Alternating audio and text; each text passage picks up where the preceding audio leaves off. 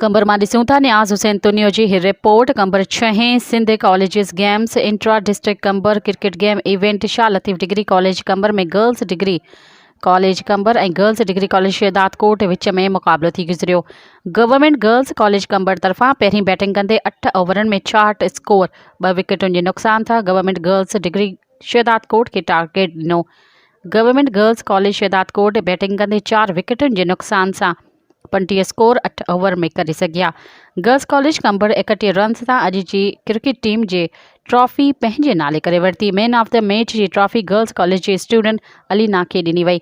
जॾहिं प्रोग्राम में government girls college कंबर जे प्रिंसिपल मैडम बिल्किस मक्सी, तकरीब जो मेहमान ख़ास शाह लतीफ़ डिग्री कॉलेज कंबर जो प्रिंसिपल मंजूर अहमद रोंगो, इवेंट जा फ़राइज़ डायरेक्टर स्पोर्ट्स ज़हूर अहमद तुनियो, जुनेद अहमद भुट्टो, कुर्बान अली मक्सी, जावेद अली मक्सी सरअंजाम ॾिना।